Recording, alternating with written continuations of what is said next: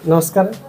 मैं ओम प्रकाश गिरी, समाज विकास क्रांति पार्टी राष्ट्रीय महासचिव का दायित्व हमारे पास है और मैं दिल्ली में ही रहता हूँ और दिल्ली को लास्ट 20 साल से मैं जानता हूँ बहुत अच्छे तरीके से कि दिल्ली में पिछली शीला जी की सरकार थी तो उन्होंने क्या काम किया था। और उससे बड़ी बात अगर उसको हम भूल जाएं तो क्योंकि वो अब शीला जी यहाँ रही नहीं, इस दुनिया में नहीं रही, तो शायद उनका नाम लेना और उन पर कुछ आरोप लगाना, इस तरह की बातें करना उचित नहीं होगा, हमारे लिए मानवता के खिलाफ होगा ये।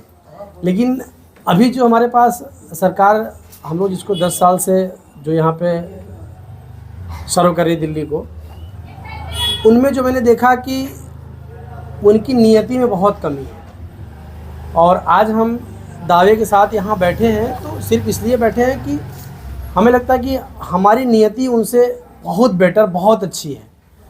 क्योंकि जो उनकी नियति थी उसमें अगर सबसे बड़ी और अच्छी बात बताऊँ अगर आपको, तो मुझे नहीं लगता कि अगर दिल्ली का कोई अगर एक रिक्शे वाले को भी अगर आप मुख्यमंत्री बना दोगे तो वो आदमी सत्ता में आते ही कुछ इस तरह काम करेगा कि हर घर में फ्री में शराब ही बंटवा देगा सबसे पहले।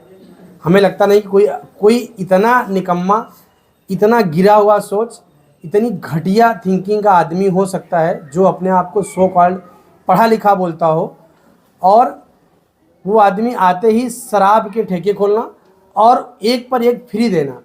एक पर एक फ्री तो अच्छी चीज़ें दी जाती हैं, न कि शराब जैसी चीज़ें जिससे लत लग जाता है, जिससे युवाओं की ज़िंदगी बर्बाद हो सकती है। लोगों के मिशन विज़न में काम करने से भटक सकते हैं लोग, लोगों का घर टूट सकता है, लोगों का परिवार बिछड़ सकता है, लोगों का एक्सीडेंट हो सकता है। शराब पीने से ये सारे काम होते हैं और वो मुख्यमंत्री जो अपने आप को सो कॉल्ड पढ़ा लिखा बताते हैं, वो यही काम सबसे पहले किया और बहुत धमाकेदार तरीके से किया, वो भी कोरोना काल में किए इस काम को। तो मुझे लगता है कि हमारा एक कैंडिडेट हो चाहे 2 कैंडिडेट हो, हम लोग सत्ता मिल के बनाएंगे और जिसके साथ रहेंगे हम अपना मुख्यमंत्री बनाएं, या अगर मुख्यमंत्री नहीं बनाते भी हैं तो जिनको हम अपना समर्थन देंगे, जिनके साथ हम रहेंगे, कम से कम उनको इस तरह का घटिया काम तो नहीं करने देंगे। इस बात की गारंटी 100% हम दावे से कह सकते हैं, डंके की चोट पर कह सकते हैं, जो कि वो नहीं कह सकते। अब जो उन्होंने पीछे किया है, उनके जो कर्तव्य रहे हैं उसको देखते वो कभी ऐसी बातों का झूठ बोलने के लिए कोई आदमी कुछ भी कहे। स्कूल हमने ज़िंदगी में अपनी पहली बार ऐसा शिक्षा क्रांति देखा कि जो आदमी बिना एक भी स्कूल बनाए, बिना किसी नए टीचर की नियुक्ति किए बिना कहता हो कि हमने शिक्षा में क्रांति ला दी। बताइए, आपने विद्यालय बनाए नहीं, आपने कोई टीचर की भर्ती की नहीं, जो टीचर संविदा में थे उनको परमानेंट किया नहीं, उसके बावजूद भी आप ये कहते हैं कि मैंने शिक्षा में क्रांति ला दी। अब सोचिए, दिल्ली की जनता क्या, पढ़ी लिखी जनता क्या इतनी नासमझ है कि जो आदमी कोई काम नहीं किया और कहता है मैंने शिक्षा में क्रांति ला दी, मैंने ये काम कर दिया, तो क्या दोबारा उसको वोट देगी? हमें लगता नहीं कि कोई जनता उसको वोट देने वाली है। अपने मुद्दे क्या होंगे? हमारे मुद्दे यही हैं कि अगर हम आएंगे तो हम रियलिटी में, एक्चुअल में शिक्षा पे काम करेंगे, एक्चुअल में टीचर्स की भर्ती होगी, एक्चुअल में जो आज दिल्ली हमारे देश की राजधानी है, हर नाला, हर गली मोहल्ला आप देखिए ऐसे कूड़े का ढेर बना पड़ा है कि बदबू आ रही है। जहाँ से हम निकल रहे हैं वहाँ पे कचरा फेंकने का उनके पास टाइम नहीं है, जगह नहीं है कि कचरा कहाँ फेंका जाए। तो हम एक्चुअल में नाला, गली मोहल्ला को साफ़ सुथरा रखेंगे, एक्चुअल में सड़क बनाएंगे। जो दिल्ली में पिछले 10 सालों में एक भी सड़क नहीं बनाई, सारे गड्ढे ऐसे लग रहे हैं, पानी भरता है, लोग गिर के मर जाते हैं गड्ढों में, ऐसी हालत कर रखा है। राजधानी है, अगर कोई दूसरे देश का आदमी अगर हमारे यहाँ आके थोड़ा सा भी अगर मेन रोड से ऑफ रोड चला जाएगा तो वो समझ जाएगा कि ये दिल्ली है, कि ये कोई गांव है, वो भी सबसे गया गुजरा गांव की तरह वो दिखाना चाहते हैं। और वो सो कॉल्ड पढ़ा लिखा आदमी जो कहता है मैं बहुत पढ़ा लिखा मुख्यमंत्री हूँ, वो। रही बात भारतीय जनता पार्टी की, तो भारतीय जनता पार्टी को भी ये बात समझना चाहिए कि जिस तरीके से उन्होंने अरविंद केजरीवाल के साथ अपनी निजी दुश्मनी बना करके दिल्ली की जनता को सेवा नहीं देना, दिल्ली की जनता को पैसा नहीं देना, दिल्ली की सड़कों को नहीं बनाना, जो इस तरह का वो काम करते हैं भारतीय जनता पार्टी के लोग, वो हमारे ख्याल से मानवता के खिलाफ है। और जनता का सेवक कहने वाले लोग जो ये करते हैं वो मेरे ख्याल से बहुत गलत है। जनता उनको 100% नकारेगी। जो कैंडिडेट अच्छा है, जनता उसी को वोट देगी जो आदमी अपनी अच्छी सोच लेकर के, अपनी अच्छी विचारधारा से और अच्छी सोच लेकर के, विचारधारा तो बोलने की बात होती है, अपनी अच्छी नियति के साथ जो आदमी काम करेगा उसको 100% वोट देती। द्वारका विधानसभा से कौन खड़े हैं आपके कैंडिडेट? हमारे मेहर चरण जी हैं द्वारका विधानसभा से। इनकी नियति बहुत क्लियर है, बहुत साफ है। इन्होंने पहले ही कहा है कि सर हम चुनाव जीतते हैं तो हम जनता के लिए काम करेंगे, क्योंकि हम उस जनता के बीच से आते हैं, हम उनकी गरीबी को जानते हैं कि उनका क्या दर्द है, कैसे उनकी गलियों में बदबू मार है, कैसे उनकी गलियां गंदी हैं, कैसे उनके सड़क टूटे हुए हैं, कैसे एक भी विद्यालय यहाँ नहीं बने हैं, एक भी टीचर की भर्ती नहीं जो यहाँ की हमारे विधानसभा के बच्चे जाके अच्छी शिक्षा पढ़ाई कर सके, जहाँ पे हमारे बच्चे साइकिल चला के कहीं भी जा सके। पानी बरसने के बाद गलियाँ यहाँ की ऐसे होती हैं जैसे अब यहाँ पे झील बन गया, झील सागर हो गया, गंगा जमुना यहीं से निकलती हैं और लोग आके यहाँ आके डुबकी लगाओ। लेकिन केजरीवाल उसमें डुबकी तो लगाएंगे नहीं, सिर्फ बातचीत ही करेंगे उसमें। जी, सबसे पहले तो मैं इंट्रोडक्शन देना चाहूँगा। इस एरिया में पहली बार मेरा प्रेस कॉन्फ्रेंस हो रहा है। मेरा प्रेस कॉन्फ्रेंस मेरी पार्टी का, समाज विकास क्रांति पार्टी का कई बार हो चुका है। मेंबर ऑफ पार्लियामेंट के चुनाव के पहले 2024 के पहले नवंबर 2023 में हमारी पार्टी रजिस्टर्ड हुई। उसके बाद 40 मेंबर ऑफ पार्लियामेंट को मैदान में उतारी 2024 के चुनाव में।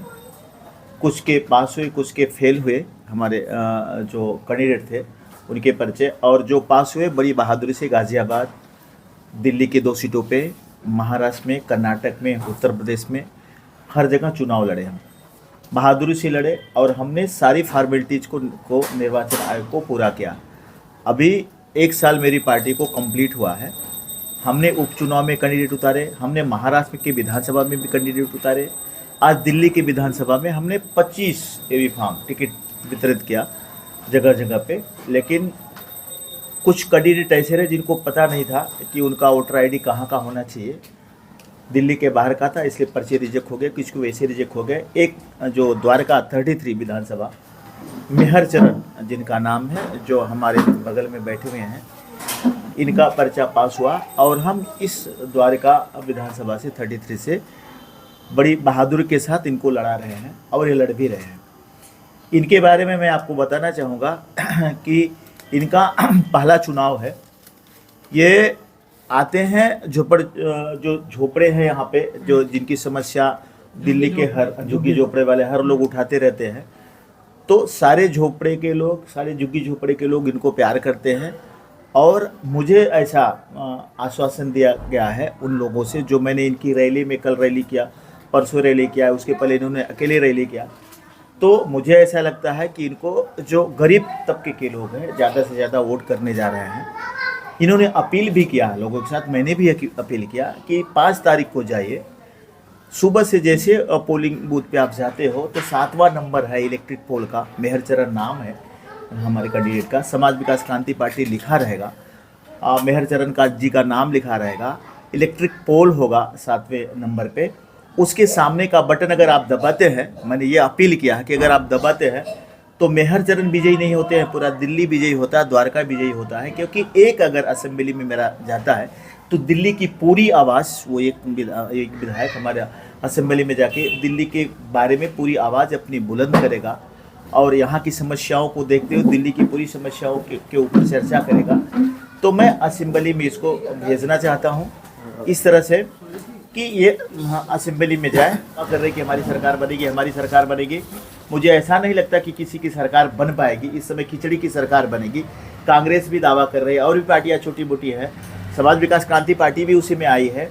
तो जब वहाँ पे एक सीट का भी महत्व होता है, हम चाह रहे हैं कि जिस तरह से हवा चल रही है कि किसी की सरकार नहीं बनेगी, तोड़ जोड़ की सरकार बनेगी।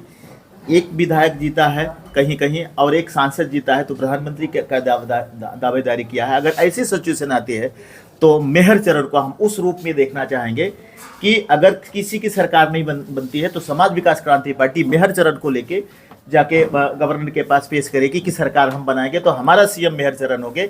एक भले ही सीट आती है, ऐसी कई बार ऐसी समस्याएं आई हैं और ऐसे एक सीट पे प्रधानमंत्री बने हैं, मुख्यमंत्री बने हैं, तो हम मेहर चरण को इस रूप में देखना चाहते हैं कि दिल्ली का सीएम बने। आपके एजेंडे क्या क्या होंगे सर? मेरे बिल्कुल, ये जो जा रहे हैं झुग्गी झोपड़ियों में, ये कह रहे हैं कि हम 500 यूनिट, जो कि मेरा मैनिफेस्टो में भी है कि 500 यूनिट हम बिजली फ्री करेंगे आपको। गरीबों को जो झोपड़े हैं उसको पक्का बनाएंगे, पक्का मकान बना के देंगे। और जो महिलाओं को पेंशन देने का काम करेंगे, गरीबों को रोजगार देने का काम करेंगे। भारतीय जनता पार्टी कहती है, आम आदमी पार्टी कहती है कि हमने इतने लोगों को राशन वितरित किया, ये किया। समाज विकास क्रांति पार्टी करती है, हमारा कैंडिडेट कह रहा है, समाज विकास क्रांति पार्टी का मैनिफेस्टो है कि हम रोजगार देंगे, हम भीख नहीं देंगे, हम रोजगार देंगे उनको। हमें रोजगार हमें देना चाहिए। तो हमारी बहुत सारी चीज़ें हैं जो यहाँ की लोकल समस्याओं को दूर करने के लिए हम सबका साथ सबका विकास हो, ये उनका नारा जो है वो गलत नारा है। समाज विकास क्रांति पार्टी चाहती है कि सबका साथ सबका विकास हो। जब हम सरकार में आएंगे तो सबका साथ सबका विकास करेंगे। यह भारतीय जनता पार्टी का नारा जो है खोखला है। जो अन्य जो पार्टियां हैं जो फ्री में दावा करती हैं, फ्री दे रही हैं, जो बस सेवा फ्री दे रही हैं महिलाओं के लिए, आपकी क्या योजना रहेगी? मैं फ्री देखिए अपंग बनाने का काम कर रही है कि फ्री देके रोजगार दो। रोजगार पे किसी का ध्यान नहीं है, कंस्ट्रक्शन पे किसी का ध्यान नहीं है। झुग्गी झोपड़ी में चले जाओ तो आप जैसे देखो, आप सुविधाओं को, जो नाली की व्यवस्था, पानी की व्यवस्था है, बिजली की व्यवस्था है, हम उनको फ्री बिजली की व्यवस्था इसलिए फ्री देना चाहते हैं, 500 यूनिट बिजली इसलिए फ्री देना चाहते हैं कि जिनके कम इनकम हो। हम बिल्कुल फ्री नहीं करना, जिनके कम इनकम हो, जो उस पैसे में अपना परिवार चला पाते हो, तो उनके लिए सुविधा है, पूंजीपतियों के लिए सुविधा नहीं है। तो वो जो फ्री दे रहे हैं वो अपंग बना रहे हैं लोगों को, नवयुवकों को अपंग बनाने हैं। हमारा तो कहना है कि रोजगार देना चाहिए, रोजगार नवयुवकों को मिलना चाहिए। सवार के परिकर लोकल मुद्दे जो है, क्योंकि आपका कैंडिडेट जो है एक ही विधानसभा पर है, हाँ तो जी, लोकल मुद्दे द्वारकापुर के क्या होंगे? लोग, मैंने जो सर्वे किया है, जो अभी आप हमारी बात होने के बाद राष्ट्रीय महासचिव कैंडिडेट का भी बात कर ली, लेकिन उनकी बात मैं बता रहा हूँ। जो लोकल मुद्दे यहाँ पे मैंने देखा है, यहाँ पे गली में जाओ तो गाड़ी खड़ी करने की जगह नहीं है, झोपड़े हैं वहाँ पे पानी की सुविधा नहीं है, लाइट की सुविधा नहीं है वहाँ पे झोपड़ों में। झोपड़े इस तरह से है कि वहाँ पे कोई आदमी जाएगा तो बीमार हो जाएगा, ऐसी भी समस्या झोपड़ों में है। इन सब को दूर करने का काम करेगा समाज विकास क्रांति पार्टी। हमारा कैंडिडेट अकेले ही इस सब चीज़ों को अगर द्वारका विधानसभा में जीत के जाता है तो असेंबली में उठाएगा तो उसका फर्क पड़ेगा बाकी विधानसभा में।